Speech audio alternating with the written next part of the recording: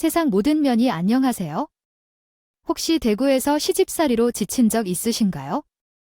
저도 시댁에서 수모를 겪었던 30대 여성입니다. 많은 분들이 기운을 내도록 이야기를 나누고 싶어서 이 글을 쓰게 되었습니다. 결혼 전후의 이야기를 공유해보려 합니다. 29살에 결혼을 한 후 남편의 가족과 함께 살았습니다. 시댁이 우리 집보다 부유해 의식을 지켜야 했고 시어머니와 시누이들로 인해 불편한 일이 많았습니다. 남편은 막내 아들로서 사랑을 많이 받았기에 저는 자리를 지켜야 했습니다. 식량이 부족하다며 불평을 하고 칭찬은 시어머니와 시누이에게만 돌아갔죠. 그렇게 시어머니는 신경질을 부리고 친정어머니와 비교를 했습니다. 이런 상황에서 노력하고 참아내는 것이 어려웠습니다. 냉장고를 자동으로 채우고 가정을 도와주어야 하는 거 아닌가, 여자들이 얼마나 바쁜지에 대해 이해하고 남편 발레를 기다리고 있다면 얼마나 어려울지요. 나의 남편은 대기업 직장인이고 나는 작은 회사에서 근무하는 직장인이다. 매번 비교당하는데 나도 바쁘기 때문에 청소나 빨래는 주말에 모아서 했다. 그래서 변명이나 해명을 하려고 입을 열었다. 어머니, 나도 집에서만 살림을 하지 않고 밖에서 일하고 있어요. 맞벌이 가정들도 다 이렇게 사는 거예요. 친정이 3시간 멀어서 친정어머니가 매번 반찬을 채워주기 어려울 텐데요. 요즘은 배달 음식도 잘 시키고 끼니 문제는 없습니다. 너는 대기업 다니는 내 아들에게 겨우 배달 음식만 먹이는 건가?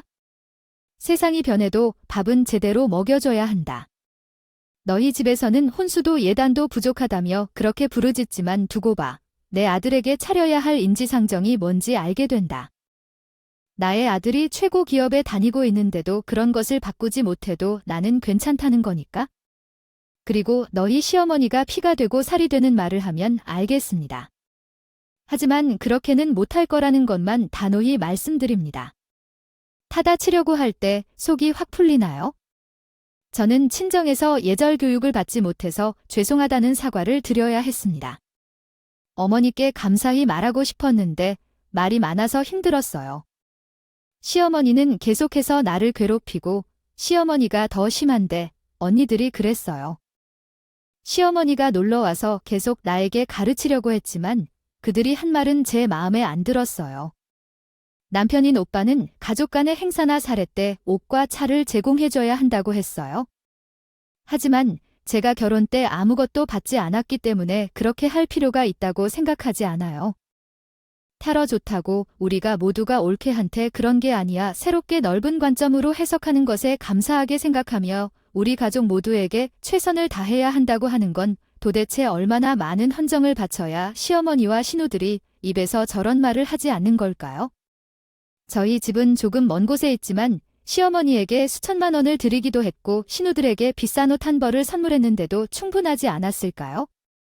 누가 시집 갈 때 얼마나 돈을 주어야 하는지 조언해 주었으면 좋겠다는 생각이 들었습니다. 어쨌든 그렇게 불평하고 신경을 쓰며 시댁 가족이 돌아가면 얼마나 빨리 지나가는지를 다음 날에 컨디션이 좋지 않았습니다. 회사에서 일하면서 시어머니와 신우들의 목소리가 귀찮아. 약한 목소리가 들릴 때껏 남편에게 전해줄 일을 앞에 두고 들었던 시댁 가족의 말을 전했습니다. 시어머니가 놀러와서 계속 나에게 가르치려고 했지만 그들이 한 말은 제 마음에 안 들었어요. 남편인 오빠는 가족 간의 행사나 사례 때 옷과 차를 제공해줘야 한다고 했어요. 하지만 제가 결혼 때 아무것도 받지 않았기 때문에 그렇게 할 필요가 있다고 생각하지 않아요. 결혼한 지 1년이 되어가는데 언제까지 시어머니 가문가며 제 몫을 할 것인지 물었습니다. 당신도 내가 혼자 힘들게 해온 게 불만인 거야. 어머님하고 형님이 그렇게 부족할 게 아니야. 그냥 한 귀로 들어주면 안 될까? 이제 제 편을 들어주는 것 같지만 항상 중립이었어요. 시어머니와 시누이들이 저에게 잔소리를 하며 못살게 구는 건 막내 아들이 어떤 자신이 너무 많은 사랑을 받고 자라서 그런 거라며 속 넓은 저에게 한 발만 물러달라고 하더라고요. 하지만 저는 전혀 속이 덥지 않습니다. 제 친정 식구를 을 시도 때도 없이 욕하는 시어머니와 시누이들의 얼굴만 봐도 헛구역질부터 나왔으니까요. 그리고 저는 지난 1년 동안 시아버지, 시어머니, 시누이들과 시숙들의 생일상을 차리는 아이러니와 행동을 했습니다. 시부모님은 그렇다 쳐도 다른 식구들의 생애 일상을 왜 제가 차려야 하는 건지 이해되지 않았답니다. 그뿐만이 아니에요. 진우의 남편인 심의 부가 회사에서 승진했다고 저도 로 잔치일상을 차려입지 않은데 너무 기가 막히고 황당해서 신우이에게 형님, 제가 올해 시댁 식구들의 생일상을 다 차렸는데 어떻게 아주번의 승진상까지 차려야 합니까? 그 정도는 형님이 직접 하셔야 하는 거 아닌가요? 매번 저한테만 시키지 마시고 정도껏 선을 지켜주셨으면 좋겠어요. 하고 당당하게 제의사를 표현했습니다. 그러자 제가 한 말은 시댁 식구들 모두에게 귀로 전해졌고 하나같이 저를 잡아 먹으려는 인상을 쓰셨다. 특히 시어머니는 저에게 가정교육이 안 되어 있는 건 알았지만 이 정도 수준일 줄 몰랐다며 심해부 잔치상 차리는데 손 좀 보태는 게 그렇게 불만 있냐고 온 가족 앞에서 훈계를 하셨네요. 그리고 승진한 아주버니까지 나한테 얘기했어. 이주했을 때 미안해요. 승진 바람에 처남 때 불씨를 낸 것 같네요. 참상 차리는데 코뼈도 물리지 않으니 불씨를 낸 건 아니에요. 다음에 승진하면 코 말려 마세요. 안 그러면 미안해서 두 발을 뻗고 못 자겠네요. 정말 깜짝 놀랐어요. 여기에 나와 대화할 사람이 하나도 없었어요. 원수 같은 남편은 어떤 일을 당해도 괜찮은 것 같아요. 시어머니 옆에 앉아 음식을 먹을 때 주둥이를 꺾어 버리고 싶었어요. 그래야만 했어요. 그런데 승진 잔치는 내 탓으로 많은 사람들이 기분 상하는 꼴이었어요. 그날 이후로 시댁 식구들의 꾸준한 훈계가 계속되었어요. 그래서 결혼 이후 시어머니와 처남 그리고 시누이 둘이 따라 같이 우리 집에 들어왔을 때 나왔는 줄 몰랐어. 어떻게 그런 말을 할 수 있냐며 잡지 않아야 할 말을 했다. 앞으로 두 눈은 뜨고 볼 테니 제대로 살아.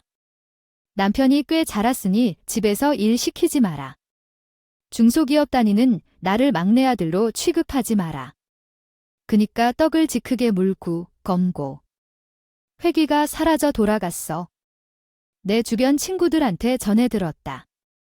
그런 집안이 다 있느냐 거짓기, 이기주의자, 성격 파탄자, 총사적인 사먹지 자리라고.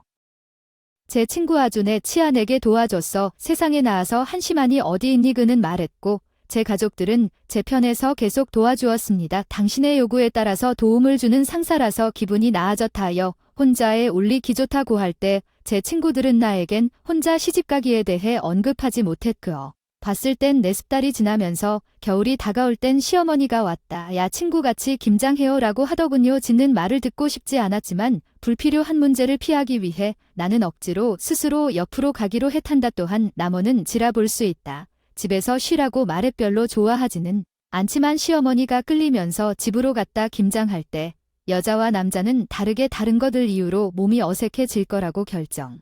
남편은 집에 있어라 미리 말했다. 이렇게 강요되자 김치덤이 나서는 것이 힘들었다. 포기일 것 같다 보이는데 누가 그것을 다인가 이해할 수 없었다. 여기 그것은 누구가 그런데 왔다는 언후 바로. 깜짝 놀랐다. 심지어 놀라웠는데 시어머니는 더 나은 2배의 경험을 가지고 있었다. 그러나 이렇게 일하는 것은 영광이라고 생각해 더 놀라셔야 때로 제게 말했습니다.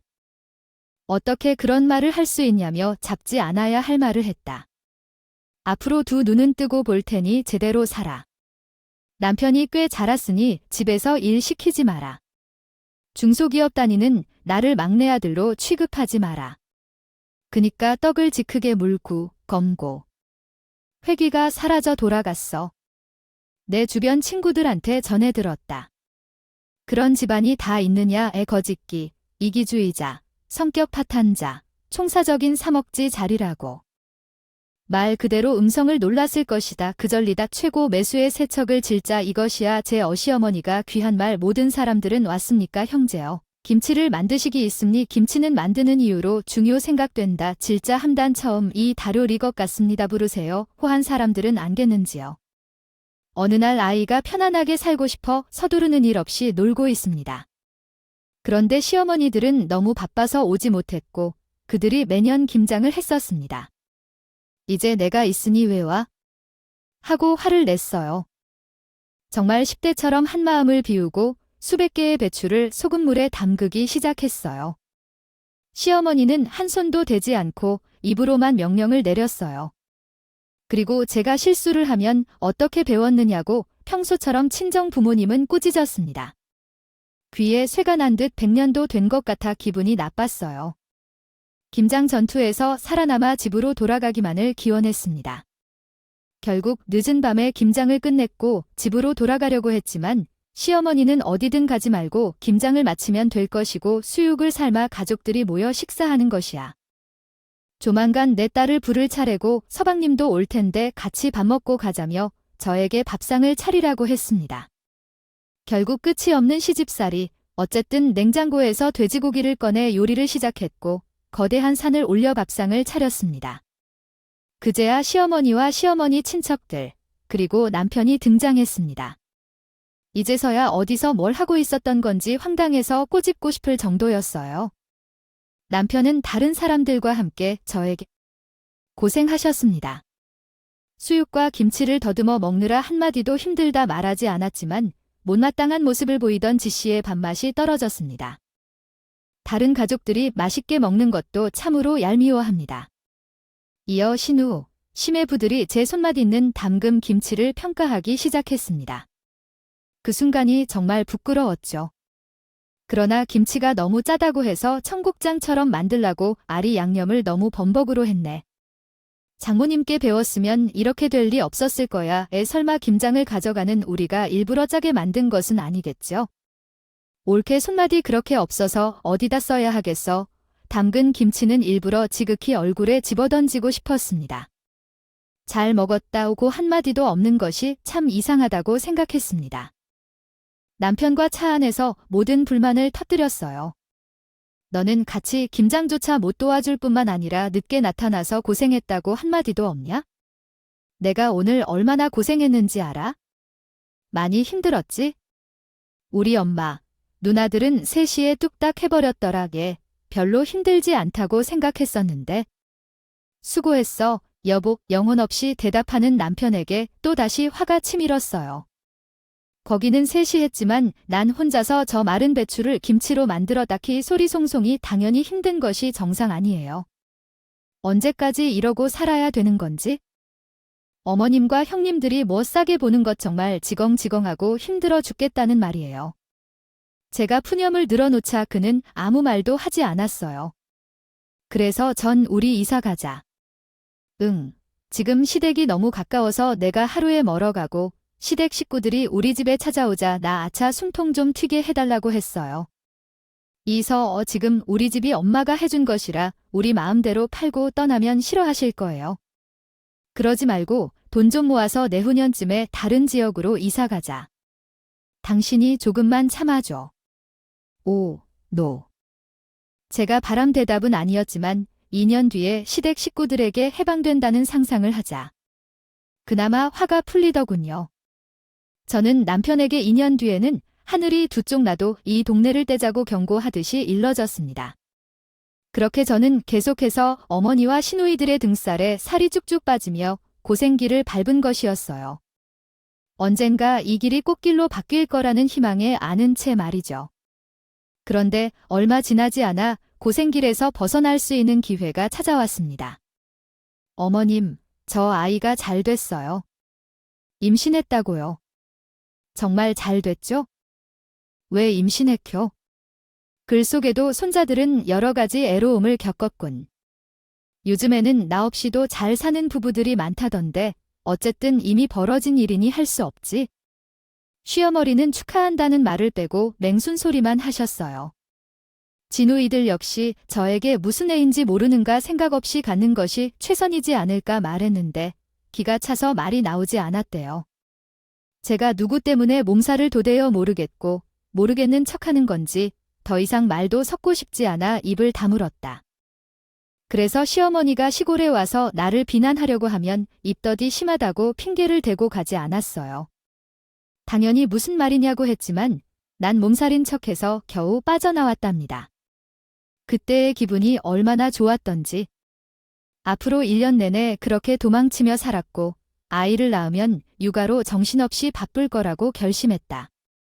몇 번의 시댁 방문을 피해온 나에게 어느 날 상상조차 못한 일이 벌어졌다. 현관에서 발소리가 들리자 밖을 보니 시어머니와 신우가 손에 바리바리 무엇인가 들고 우리 집에 들어왔다. 육아휴직을 쓴 상태에서 이 집에 올 방법을 알고 찾아온 가족이 짐을 올렸지만 한숨을 내셨다. 큰 시누이가 말한 것이 무슨 날인 알지만 그래도 오늘은 무슨 날인가요? 그에게 들은 게 없어서 잠시 생각하더군요. 모르겠지만 3명의 사람들이 동시에 입을 문질렀고 제가 먹히기로 보이는 눈으로 쳐다봤습니다. 그들은 나를 삼아야 할 것 같았습니다. 아직 멀었는데 오늘 회의는 아라비아 말도 몰랐던 손자가 며느리가 되었으면 미리 알아야 했는데 왔으니까 이것들 다 암으로 시작해도 되지 않았을까요? 포송한 팔이 들려서 오늘은 이제 여기서 보이지 않을 거라고 말했어. 정말 피할 수 없었어요. 누가 피할 수 없다고 했다면 그것을 즐기세요. 하지만 나는 즐기고 싶지 않았고 센 목소리를 가진 사람의 목을 골라내고 싶은 순간이었습니다. 결국 그날은 낯선 사람들의 저의 얼굴, 시할아버지를 적셨고 시어머니 식구들은 방에서 누웠어요. 그들은 음식을 맛보고 다시 돌아간다. 내가 처리하기 어려워하는 연기를 목이 모를 만큼 손으로 처리했어요. 그리고 너무 많은 기름 음식을 만들어서 속이 매울 걱정을 하게 됐고 이틀간 구역질을 했고 제대로 밥을 먹을 수 없었습니다. 남편은 이 사실을 알지만 아직도 참으라고만 해요. 그는 너무 지루한 이야기였다. 또 몇 달이 지난 후 자신 생신은 남산처럼 채워졌고 몸은 무거워져서 나가는 것이 어려웠습니다. 남들이 나의 시간에 시댁 식구들이 나를 괴롭히지 않으니 다행이다고 생각하지만 그 예상은 언젠가 깨어나게 될 것이다. 이럴 경우 다가올 2cm 날은 알아? 예, 그래요. 어머니는 당연히 알고 계시죠. 그러나 식당은 어디로 예약하셨는지 궁금해요. 전화를 걸자마자 상대편에서 혀를 차는 소리가 들렸고 불길한 예감이 들었습니다. 2세의 생일을 밖에서 음식을 먹으며 보낼 거라고 했던데 아직 어떤 음식을 싫어하는지 잘 몰라 하는 등의 대화가 이어졌어요. 그리고 날이 다가오자 신이시네가 와서 여기 무슨 일이 일어나고 있는지 알려주었어요. 빨리 와서 음식 좀 만들어라. 이해하는지, 하지만 저는 건강 문제로 쉬어야 할 것 같아요. 그러나 어머님은 이해하지 않았죠. 어머님은 절대 너한테 시급하게 어떤 일이라도 시킬 거니까 생일상을 준비해야 한다고 하셨어요. 이런 식으로 얘기를 하시면서 전화를 끊었고 저는 어쩔 수 없이 시어머니께서 하라는 대로 칠순상을 준비해야 했습니다. 그러나 시어머니와 신이시네는 소파에 앉아 조용히 있었어요. 제가 혼자 준비해야 하다니 당황하면서 눈치를 살피고 있는데 큰 누이는 재료를 가져왔으니까 만들기는 너가 해. 몰케가 어깨 아프게 여기로 왔으니까 배려해줘. 하고 말했어요. 이젠 놀랍지도 않았어요. 네, 알겠어요. 알겠습니다. 일이 조금 힘들었으니 나는 요리를 도와드릴게요. 내가 주방으로 들어가자 몸은 좀 피곤했지만 하루 정도는 문제 없을 거라고 생각해서 단도리 갈비 불고기, 잡채, 나무젓갈 등 여러 음식을 준비하고 있었어요. 그러나 3-4가지 음식을 요리하려고 하니 통증이 시작되었어요. 뱃속에서 뭔가가 꼬이는 듯한 고통이 전신으로 전달되는 정도로 아팠죠. 그래서 바닥에 앉아 버렸어요.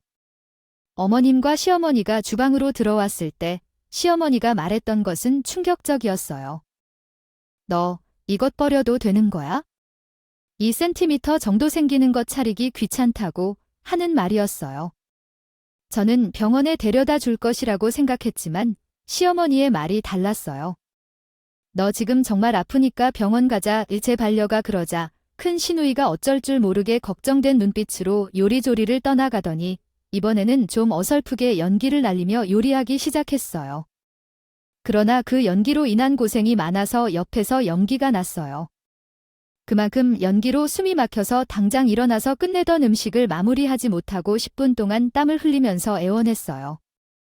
그러나 그런 말에도 불구하고 아프다고 말했습니다. 이번에는 정말 진짜로 친정에서 배운 게 없다는 느낌을 내켰어요. 부모님이 그렇게 가르쳐 주던 CME 생일 상을 차린다고 하더군요. 나쁜 연기를 하라고 했어요. 당장 일어나지 못했지만 아무런 소리도 들리지 않았고 기절할 것 같았어요. 육구 제 눈꺼풀이 엄청 무겁게 느껴졌고 모르게도 눈을 감게 되었어요. 시어머니가 제 뺨을 때렸다. 나 같은 것은 처음 봐. 조금만 음식을 하면 기절하는 척하니야. 시어머니가 다시 제 뺨을 때렸어요. 7시 자 제 머리가 빙빙 돌았고 몸을 일으키려 했지만 움직일 수 없었어요. 결국 그 자리에서 기절했어요. 깊은 잠을 자고 눈을 떴을 때 천장과 벽이 모두 하얀색이었고 제 몸은 호스를 따라 매달려 있었어요. 내 주변 링거는 상황을 확인하자 배가 홀쭉해진 것을 알았어요. 제 배를 만져보니 뭔가 잘못된 것을 느꼈어요. 어디서 뭔가를 부를 때 시어머니와 신녀가 나란히 앉아 사과를 먹고 있었어요. 별 다른 일이 없었을 것 같아서 안심했어요. 어머니, 어떻게 된 거예요? 왜 제가 여기 있나요? 아무것도 기억이 나지 않아요. 아니요. 그러자 시어머니가 쩝쩝거리며 왜 아이를 낳지 않느냐며 너 파보냐고 유산을 내놓으며 헛소리를 했어요. 뱃속의 아이를 살리지 못하고 이런 일이 생겨 어찌하나요? 관리를 잘해야지. 하지만 마음에 듬직한 구석이 없어서 그녀에게 유산 사실을 알렸습니다. 유산을 했다고요?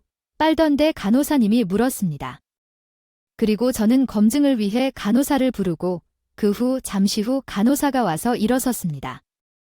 어떤 일이 있었는지 자세히 물으며 왜 유산이 발생했는지 눈물을 흘리며 물어봤습니다. 유감입니다. 안타깝게도 아이는 세상을 볼 수 없었습니다.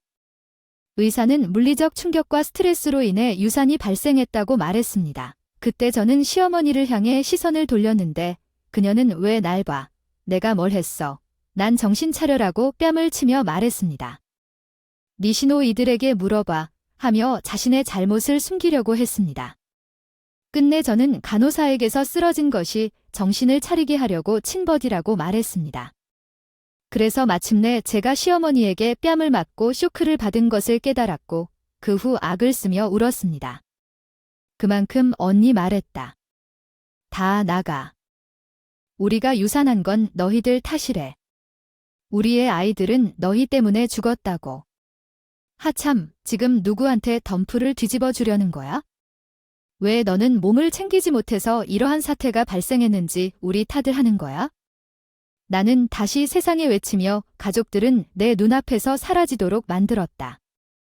한 분, 한 초라도 그들과 같은 공간에서 숨쉬기 싫다. 그리고 유산된 아이를 생각하며 흘린 눈물의 양을 생각해. 병원 이불이 촉촉했다. 나는 그 아이와 이별하게 되었어. 몇 시간 후 남편이 병원에 찾아와서 슬퍼하는 나를 달래며 이후에 다시 아이를 갖자고 말하며 이상한 이야기를 하더라. 나는 끝없이 울었고 가족들을 미워하며 복수하려는 마음을 품었어. 며칠 후 퇴원한 나는 남편의 집으로 돌아가 침대에 누웠을 때 피곤이 몰려왔고 모르게 졸고 말았어. 그 사이 남편은 누군가와 전화 통화를 하고 있는데 이상하게 그 목소리가 선명하게 들렸어. 자기야, 나 지금 출발할게. 아, 우리 매일 보던 모텔에서 만나자. 나 어제 먹었으니까 오늘 기대해. 그건 꿈이 아니었어. 내가 꿈을 꿨길 바라고 허벅지를 꼬집어봤지만 아프게 느껴졌어. 이제 시댁 식구들뿐만 아니라 머저리들까지도.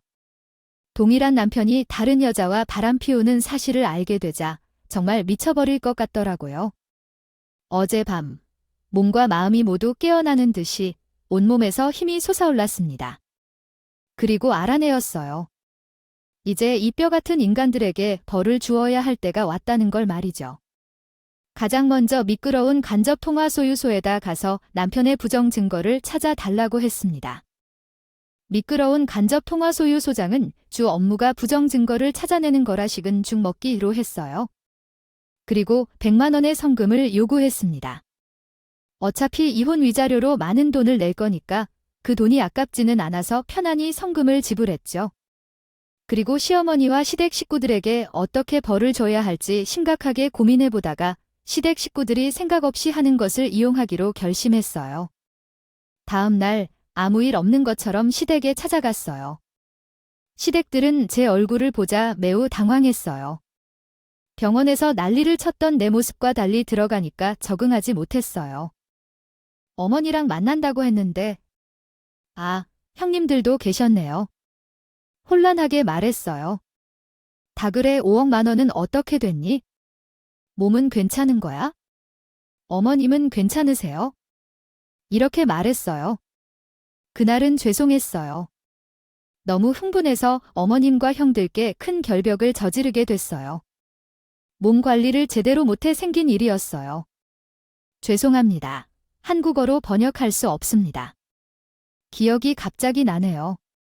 왜 화가 나신 건지는 모르겠지만 이미 지난 일이니까 용서해 주세요. 그러자 시험에서 제가 던진 미끼를 열받은 게 아닌가 싶어서 말였습니다.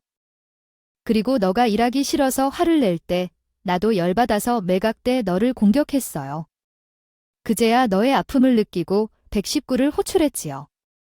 그리고 너의 배에서 아이가 없었기 때문에 너무 당연한 일이었어요. 다음부터 조심하세요. 아이가 있으니까 말이에요.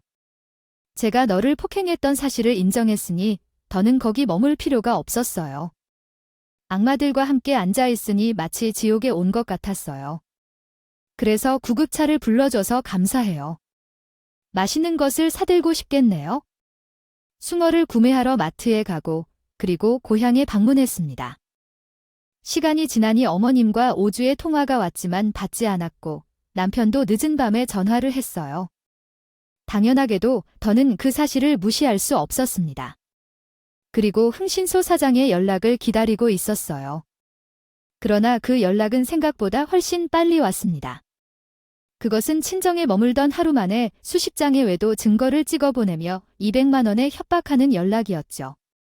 남편의 바람 증거를 확인하러 가기 위해 설레임을 느끼고 한 달 후에 그곳에 갔습니다. 잠시 후 흥신소 사장과 마주 앉아 증거를 받고 금액을 지불했습니다. 그리고 화장실로 이동하여 그 외도 사진을 확인했어요. 그러나 그 인간 아주 가관이었습니다. 만나는 여자는 회사 부하 직원이었고 같은 회사 로고가 달린 출입증을 착용하고 있었죠. 골목길에서 몰래 키스하는 사진을 보고 너무 놀라서 웃음이 나왔어요. 게다가 점심시간을 이용해 만나러 가는 순간까지 포착되었던 거예요. 이런 악덕한 인간 둘이 영화를 찍어 날라고요. 흥신소 사장이 이틀 동안 증거를 모았는데 이 정도면 이전에 얼마나 나빴을지 상상조차 하기 싫었어요. 그래서 미리 연락해둔 변호사에게 가서 시모의 녹음 파일과 남편의 외도 증거를 넘겼어요. 변호사는 이 자료뿐만 아니라 시어머니를 형사처벌할 수 있다고 말씀하셨어요. 임신부 폭행은 중요한 사안이라며 처벌 의사를 물었습니다. 당연히 저는 모든 처벌을 받아야 한다고 답변했습니다. 그 다음에 남편이 다니는 회사 사이트에 들어가 신고를 하여 남편과 부하 직원의 불륜 사진을 업로드했습니다. 결국 다음 날 도덕적으로 문란한 행위로 두 사람은 해고당했습니다. 어떻게 알았냐고 물으면 그는 꼭 이렇게 해야 했느냐며 문자를 보냈습니다. 그러자 저는 아직 끝나지 않았으니 기대하라고 답장을 보냈습니다. 며칠 후 변호사가 이현 소장을 남편에게 보냈다는 이야기를 듣고 함께 경찰서로 향했습니다. 변호사는 시어머니가 폭행하고 유산된 정황이 담긴 음성 녹음 파일을 보여주었고 경찰은 즉시 조사에 착수했습니다. 시아버지는 제 뺨을 때리지 않고 발로 차고 제 얼굴에 흔적이 남아 MRI를 찍어서 제출했기 때문에 빠져나갈 수 없었습니다. 결국 시어머니는 징역 2년을 선고받았고 깜빵 신세가 되었습니다. 하지만 안타깝게도 신부들은 저에게 직접적인 폭행을 하지 않아 법으로 어떻게 무리를 해야 할지 몰라 무사했습니다. 그럼에도 불구하고 저는 포기하지 않고 시아버지들에게 이 사실을 알려 이 둘 다 이혼하게 될 것이라고 생각합니다. 4주 뒤 법원에서 남편과 이혼 재판을 받았는데 위자료와 정신적 피해 보상금까지 포함해서 2억 원을 받게 되었습니다. 또한 내 변호사가 불륜하는 여자에게 5천만 원의 위자료를 요구하여 받았습니다. 더 받아야 한다고 생각했지만 이제 거지가 된 전 남편에게는 그렇게 하지 않았습니다. 저는 일단 끝내기로 결심했고 그 인간은 불륜 소문이 퍼져서 지금 하는 일을 계속할 수 없게 되었습니다. 후에 변호사가 찾아와서 전 남편이 그 후 직장을 얻지 못해서 고깃집에서 일을 하게 되고 바람피던 여자에게도 버림받았다고 말해주었어요. 그 결과적으로 시아버지의 가치가 완전히 무너져 버려서 저의 복수는 끝이 났습니다. 거기서 살아있는 게 더할 나위 없이 죽기 싫은 마디예요. 마지막으로 깜빵에 있는 시어머니에게 편지를 보냈는데 아줌마, 감옥에서 어디서 가정교육을 받았냐고 하냐? 솔직히 감옥이 정말 좋네. 거기서는 머리 검은 짐승 2마리가 나를 받아줘. 거기서 행복하게 지내. 아, 그리고 맨날 말구로 예단 얘기하는 거 짜증나서 혹시라도 예단을 갖고 싶으면 초코파이 4개 넣어줄게 이런 편지를 보내니까 35년의 끈이 풀려내려가는 느낌이었고 지금까지 쌓아온 슬픔이 사라지듯이 느껴졌어요. 그런 후에 지금은 재혼을 하고 이쁜 아들도 낳아서 행복하게 살고 있답니다. 지금의 남편은 변호사의 소개로 만났는데 우리 둘 다 이혼이 고통과 상대방 가정에서 힘든 시간을 보내며 많이 공감했어요. 그래서 함부로 행동하지 않고 양가 부모님과도 잘 지내고 있어요. 이제야 정말 보통 사람으로서 자리를 찾은 기분이에요. 제 과거 이야기를 적어보니 정말 혐오스러운 시댁 가족이었던 것 같아요. 제가 심하게 보복하지 않았다는 것을 알아주셔서 감사해요. 어떻게 말해도 같은 상황이면 동일한 선택을 할 것 같아요. 글을 쓰다 보니 사파귀정지라는 속담을 떠올렸어요. 결국 모든 것은 자연스럽게 돌아온다는 뜻이 정확한 것 같아요. 세월이 흐르면서 식구들이 그럴 만한 상황이 되어야 했다는 생각이 들어요. 여전히 며느리를 손처럼 쥐고 괴롭히는 장모님이 계신다면 이 이야기를 듣고 반성하며 용서를 구해보길 바랍니다. 미래에는 같은 처지에 놓이고 싶지 않다면요. 또한 시댁 가족들을 참아내며 살아가는 며느리들은 더는 참지 말고 사세요. 3번 참으면 호구라는 속담이 있잖아요. 우리 모두 호구가 되지 않도록 하죠. 지금까지 이야기를 경청해준 모든 분들께 감사드려요. 모두 행복을 찾기를 바랍니다.